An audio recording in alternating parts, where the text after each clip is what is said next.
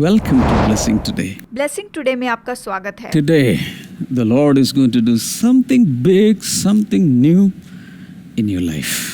आज परमेश्वर आपको नई और महान आशीष देने वाला है। If you believe that, thank the Lord in advance. अगर विश्वास करते हैं तो धन्यवाद दें। Hallelujah. Hallelujah. Today we are going to talk about Jesus' family. आज हम यीशु के परिवार के विषय में चर्चा करेंगे।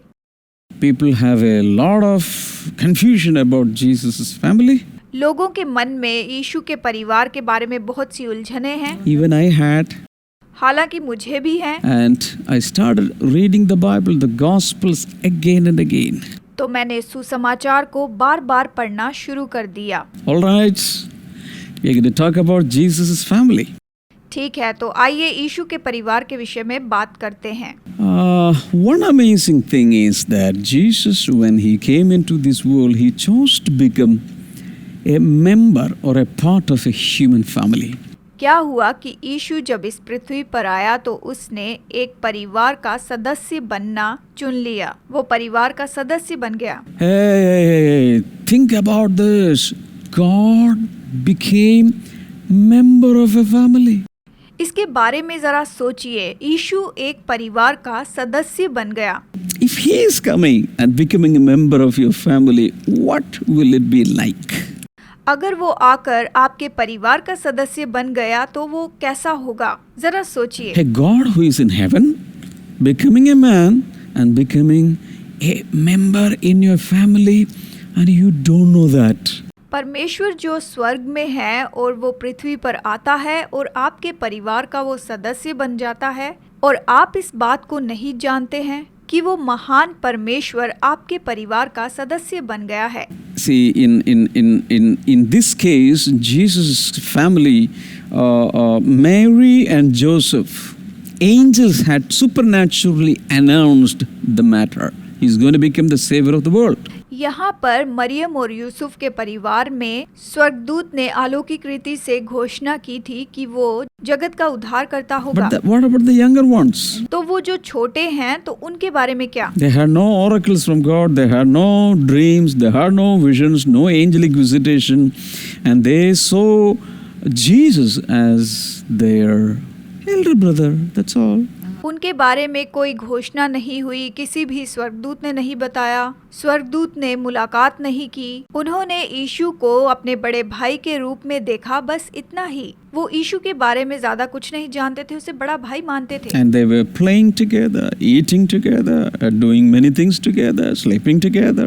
वे एक साथ खेलते थे, एक साथ खाते थे, एक साथ वे रहते थे। Even after Jesus started his public ministry, they never recognized that he was the Son of God. यहाँ तक कि जब यीशु ने सेवकाई शुरू की तब भी वो नहीं जान पाए कि वो परमेश्वर का पुत्र है। क्या आप जानते हैं? All right, come to Philippians chapter 2. आइए फिलिपियों अध्याय 2 से हम यहाँ देखते हैं। 6 to 8. वचन 6 से 8 तक यहाँ पर पढ़ते हैं। Who, being in very nature of God, did not consider equality with God something to be used to his own advantage.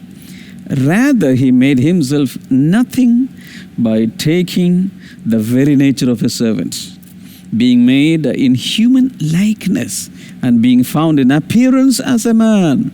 He humbled himself by becoming obedient to death, even death on a cross. जिसने परमेश्वर के स्वरूप में होकर भी परमेश्वर के तुल्य होने को अपने वश में रखने की वस्तु ना समझा, वरन अपने आप को ऐसा शून्य कर दिया और दास का स्वरूप धारण किया और मनुष्य की समानता में हो गया, यहाँ तक आज्ञाकारी रहा कि मृत्यु, हाँ, क्रूस की मृत्यु भी सह ली। This verse is very, very clear about Jesus's divinity and humanity. ये वचन बहुत ही स्पष्ट रूप में बताता है यीशु के ईश्वरत्व और उसकी मानवता के बारे में, एक ही वचन में बताता है। Verse number 6 says, he was in the very nature of God. वचन 6 यहाँ पर बताता है कि वो परमेश्वर के स्वरूप में था। And he did not consider equality with God something to be used to his own advantage. परमेश्वर के तुल्य होने को भी अपने वश में रखने की वस्तु ना समझा। उसने उसका कोई भी लाभ नहीं लिया। Hallelujah. That means when he was God himself, when he was equal with God, that means God the Father, the first one in the Trinity, he did not grab to that godness, to that divinity for us. He made himself nothing, and he appeared in the nature of a servant, and he was found in human likeness.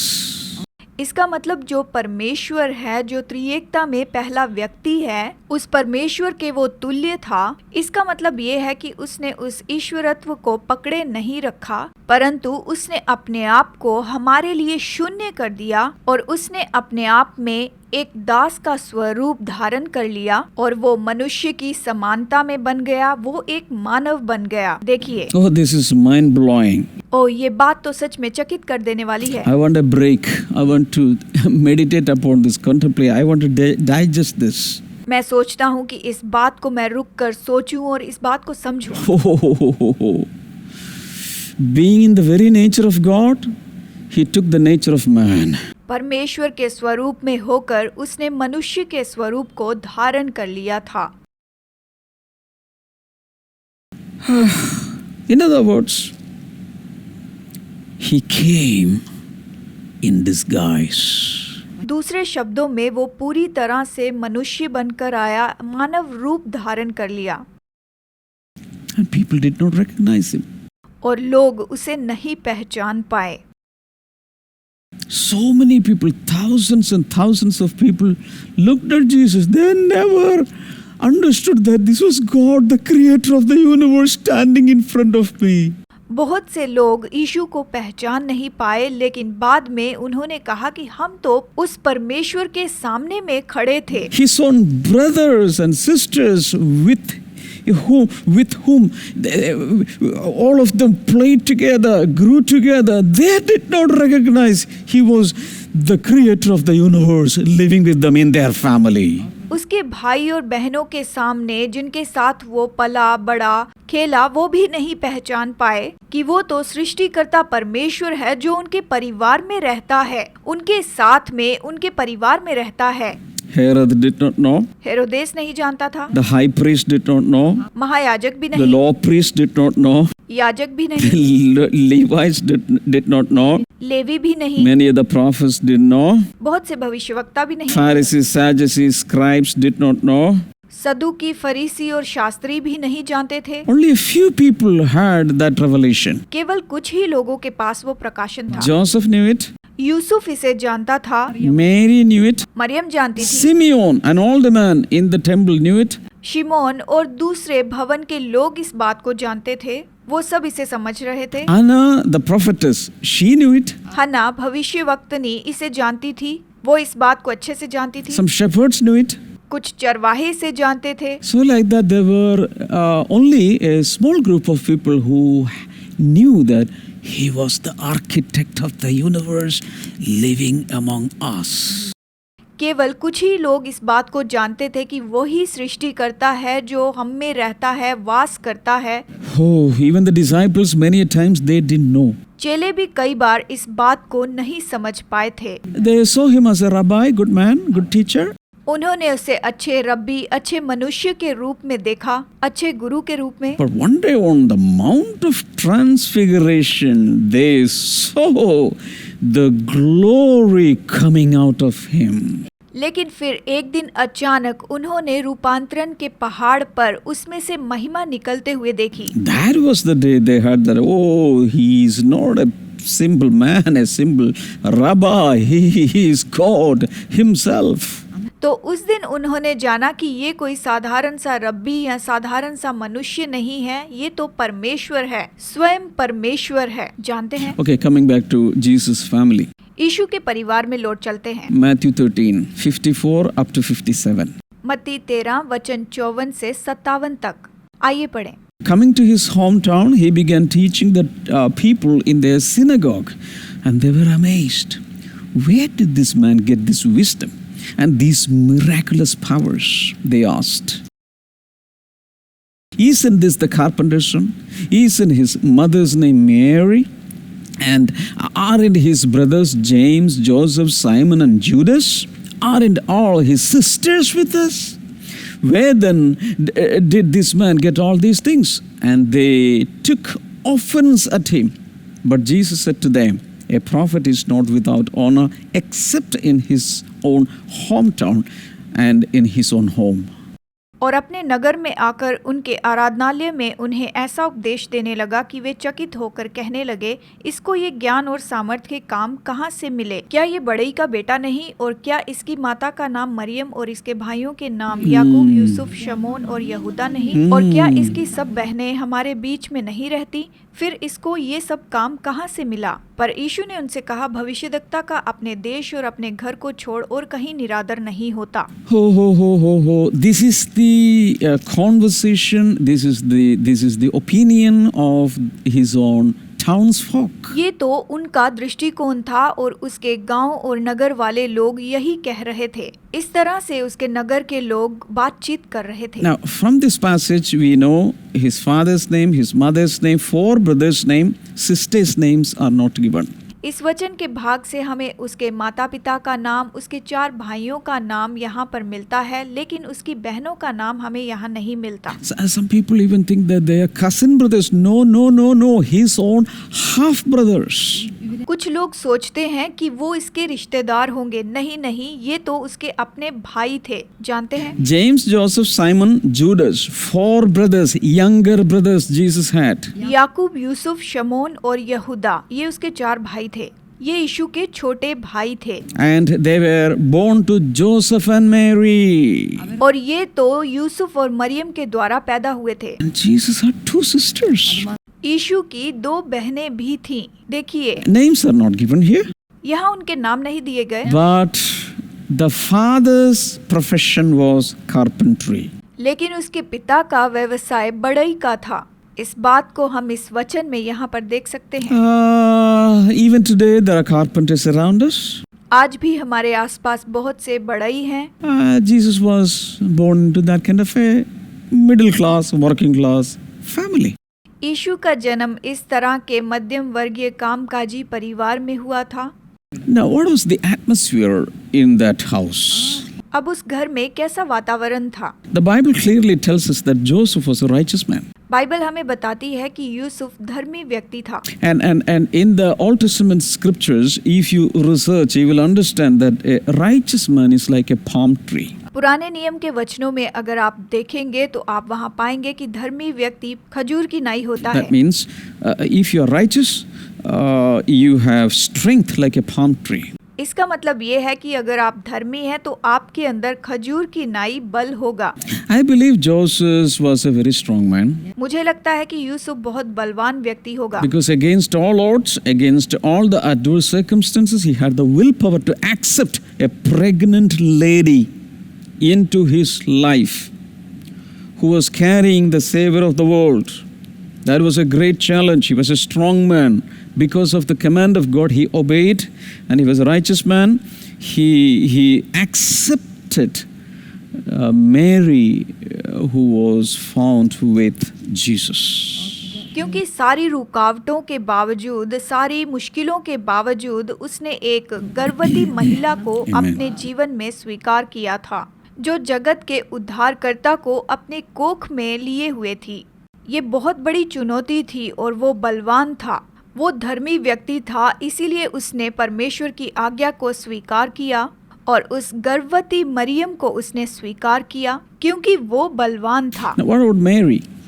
Maryam के बारे में क्या? What was her character? उसका चरित्र कैसा था? The highlight is this: her most important quality was humility. मुख्य बात तो ये है, उसकी सबसे बड़ी विशेषता थी कि वो बहुत ही नम्र स्त्री थी। Because even she sings later that God has seen my humility.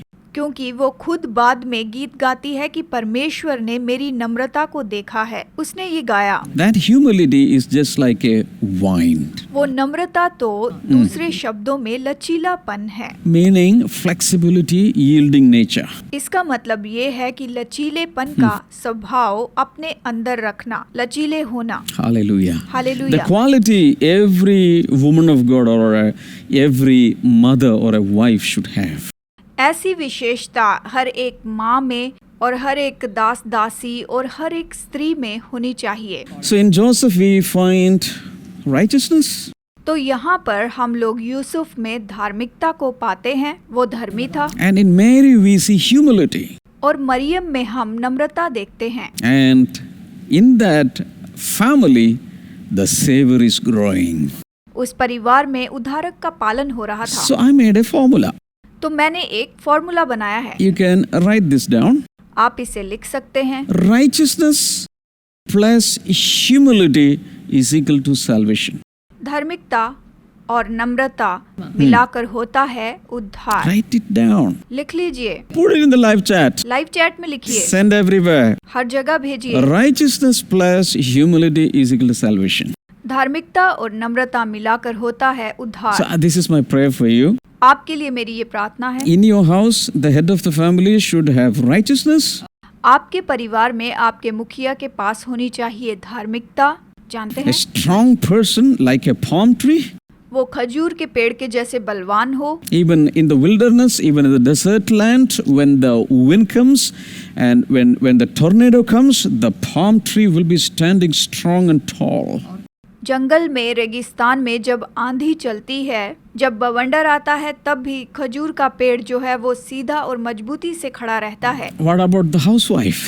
गृहिणियों के बारे में क्या? Yielding nature, submissive nature, humility, and the blend of these two will bring forth salvation in that family. समर्पण का स्वभाव, अधीनता का स्वभाव, नम्रता और यही सब जब एक साथ मिल जाता है तो उस परिवार में उद्धार आता है। तो इन सब का एक साथ मिलना जरूरी है। Hallelujah. Hallelujah. I want to thank God right now. मैं अभी प्रभु का धन्यवाद करना चाहता हूँ। All right, in that atmosphere, Jesus is growing. तो ऐसे परिवार में यीशु पल बढ़ रहा था। Now, what was the difference? Yesterday I told you Jesus was in appearance an ordinary man. तो फर्क क्या है? मैंने कल आपको बताया था कि यीशु एक सामान्य व्यक्ति है। There was no light around his head, उसके सिर के ऊपर कोई चांद बना हुआ नहीं है। and his skin was not glowing like a glowworms. उसकी त्वचा में से कोई भी रोशनी नहीं निकल रही थी। There was nothing special about his body. और उसके शरीर के बारे में कोई विशेष बात नहीं थी। All the organs, all the bones, bone marrow, skin, blood, muscles, nerves, everything Jesus had in his body. उसके सारे अंग, हड्डियां, बोन मैरो, त्वचा, खून और मांसपेशियां, नसें, ये सब यीशु की देह में थी। Then what was speciality about him? तो उसकी क्या विशेषताएं थी? Can I tell you? क्या मैं आपको बताऊं? Are you ready? आप तैयार Are हैं? you really ready? सच में तैयार हैं? Number one, holiness. नंबर 1, पवित्रता। He was sinless. उसमें कोई पाप नहीं था। Number two, wisdom. नंबर 2, बुद्धि। No other boy, no other child had this wisdom that Jesus had. और किसी बच्चे में या किसी लड़के में ऐसी बुद्धि नहीं थी जैसी यीशु में थी। Not even Solomon. सुलेमान में भी नहीं, Never. कभी नहीं। Luke 2, verse number 40. लूका अध्याय 2 वचन number 40। And the child grew and became strong. He was filled with wisdom, and the grace of God was on him. और बालक बढ़ता और बलवंत होता और बुद्धि से परिपूर्ण होता गया, Yes. और परमेश्वर का अनुग्रह उस पर था। So what was the speciality with Jesus when he was a boy, when he was a young man? जब यीशु बालक था या नौजवान था तो उस वक्त यीशु की क्या विशेषता थी? Number one, holiness. नंबर 1, पवित्रता। Number two, wisdom. नंबर 2, बुद्धि। Here, the grace of God. और यहाँ परमेश्वर का अनुग्रह। 47, just below that. 47 उसके नीचे ही। Everyone who heard him was amazed at his understanding and his answers. जितने उसकी सुन रहे थे वे सब ओह। उसकी समझ और उसके उत्तरों से चकित थे। Oh my. If he talked to the boy Jesus, see, in appearance he was an ordinary Jewish boy, but if he talk, you know, the answers, the words he speak was amazing, full of wisdom and understanding. अगर आप यीशु से बातें करते तो वो एक सामान्य सा यहूदी लड़का था, लेकिन जब वो कोई उत्तर देता तो उसके जो शब्द होते थे वो पूरी बुद्धि और समझ से भरे हुए होते थे। Come down to verse number 52. उसके नीचे वचन 52 देखते हैं। And Jesus grew in wisdom and stature and in favor with God and man. और यीशु बुद्धि और डील डोल में और परमेश्वर और मनुष्यों के अनुग्रह में बढ़ता गया। Hallelujah. Hallelujah. That was the speciality Jesus had before he was 30 years. यीशु की यही तो विशेषता थी 30 साल की उम्र होने के पहले। And not only that, this is for all the children watching me. केवल इतना ही नहीं बल्कि मुझे देखने वाले सभी बच्चों के लिए भी यही है। Verse 51. वचन 51। Then he went down to Nazareth with them and was obedient to them. But his mother treasured all these things in her heart. तब वो उनके साथ गया और नासरत में आया और उनके वश में रहा। Yes. और उसकी माता ने ये सब बातें अपने मन में What do रखी। you understand? आप क्या समझ पाए? He had obedience to the parents, even though he was the creator of this world. Even his parents were his own creation, but still, as a human child, as a boy, he was submissive to his parents. वो अपने माता पिता का आज्ञाकारी था, हालांकि वो सृष्टिकर्ता था। उसके माता पिता को भी उसी ने बनाया था, लेकिन फिर भी वो उनकी अधीनता में रहा। And I just want to read a few more verses and close. अंत में और भी वचन पढ़ना चाहता हूँ, फिर बंद करूंगा। Luke 2:41 to 46. लूका अध्याय 2 वचन 41 से 46। You know this passage, I know. Every year Jesus' parents went to Jerusalem for the festival of the Passover. उसके माता पिता प्रति वर्ष फसह के पर्व में यरूशलेम जाया When करते he थे। was 12 years old, he went up to the festival according to the custom. जब यीशु 12 वर्ष का हुआ तो वे पर्व की रीति के अनुसार यरूशलेम को गए। 43. After the festival was over, while his parents were returning home, the boy Jesus stayed behind in Jerusalem, but they were unaware of it. जब वे उन दिनों को पूरा करके लौटने लगे तो बालक यीशु यरूशलेम में रह गया और ये उसके माता पिता नहीं जानते थे। इस तरह से वचन में लिखा है, He was only 12 years. वो केवल 12 वर्ष का ही था। Thinking he was in their company, they traveled on for a day. Then they began looking for him among their relatives and friends. वे ये समझकर कि वो अन्य यात्रियों के साथ होगा, एक दिन का पड़ाव निकल गए और उसे अपने कुटुंबियों और जान पहचान वालों में ढूंढने When लगे। they did not find him, they went back to Jerusalem to look for him. पर जब नहीं मिला तो ढूंढते ढूंढते यरूशलेम को फिर लौट गए। After 3 days, they found him in the temple courts, sitting among the teachers, listening to them and asking them questions. और 3 दिन के बाद उन्होंने उसे मंदिर में उपदेशकों के बीच में बैठे उनकी सुनते और उनसे प्रश्न करते हुए पाया। When his parents saw him, 48, they were astonished. His mother said to him, "Son, why have you treated us like this? Your father and I have been anxiously searching for you." वचन 48। तब उसे देखकर चकित हुए और उसकी माता ने उससे कहा, हे पुत्र, तूने हमसे क्यों ऐसा व्यवहार किया? देख, तेरा पिता और मैं कुढ़ते हुए तुझे ढूंढते थे। 49. Why were you searching for me? He asked. Didn't you know I had to be in my father's house? उसने उनसे कहा, तुम मुझे क्यों ढूंढते थे? क्या नहीं जानते थे कि मुझे अपने पिता के भवन में होना अवश्य है?